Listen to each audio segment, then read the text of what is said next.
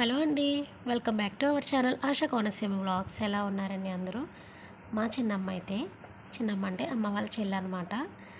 వాళ్ళది నాగుల్లంక అనమాట అండి. అక్కడ నుంచి వచ్చేటప్పుడు చిన్నమ్మ అయితే కొన్ని ఆకుకూరలు అయితే తీసుకొచ్చిందనమాట. ఒకటి పొనగంటి కూర. మీలో ఎంతమంది తెలుసండి పొనగంటి కూర అంటే? పొనగంటి కూర ఆరోగ్యానికి చాలా మంచిది. అలాగే కంటి చూపు మెరుగుపరుస్తుంది. ఇందులో చాలా విటమిన్స్ అన్నీ కూడా ఉన్నాయి. మంచి పోషకాలు న్యూట్రియంట్స్ కూడా ఉన్నాయి. బాలింతలకు అలాగే పాలిచ్చే పిల్లలకు చాలా యూస్ఫుల్ అనమాట. అలాగే ఇది కసంత కూర.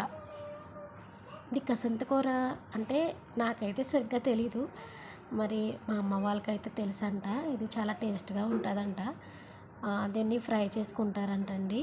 ఇది ముఖ్యంగా మన బాడీలో వాటర్ కంటెంట్ ఎక్కువ ఉన్న వాళ్ళకి ఇది ఇస్తే కాళ్ళు నీరు పట్టేసి బాడీ అంతా నీరు పట్టేసి అంటారు కదా, అలాంటి వాళ్ళకి ఇది కనుక ఫ్రై చేసి పెడితే వాళ్ళ బాడీలో ఉన్న వాటర్ అంతా పోతుందంటండి.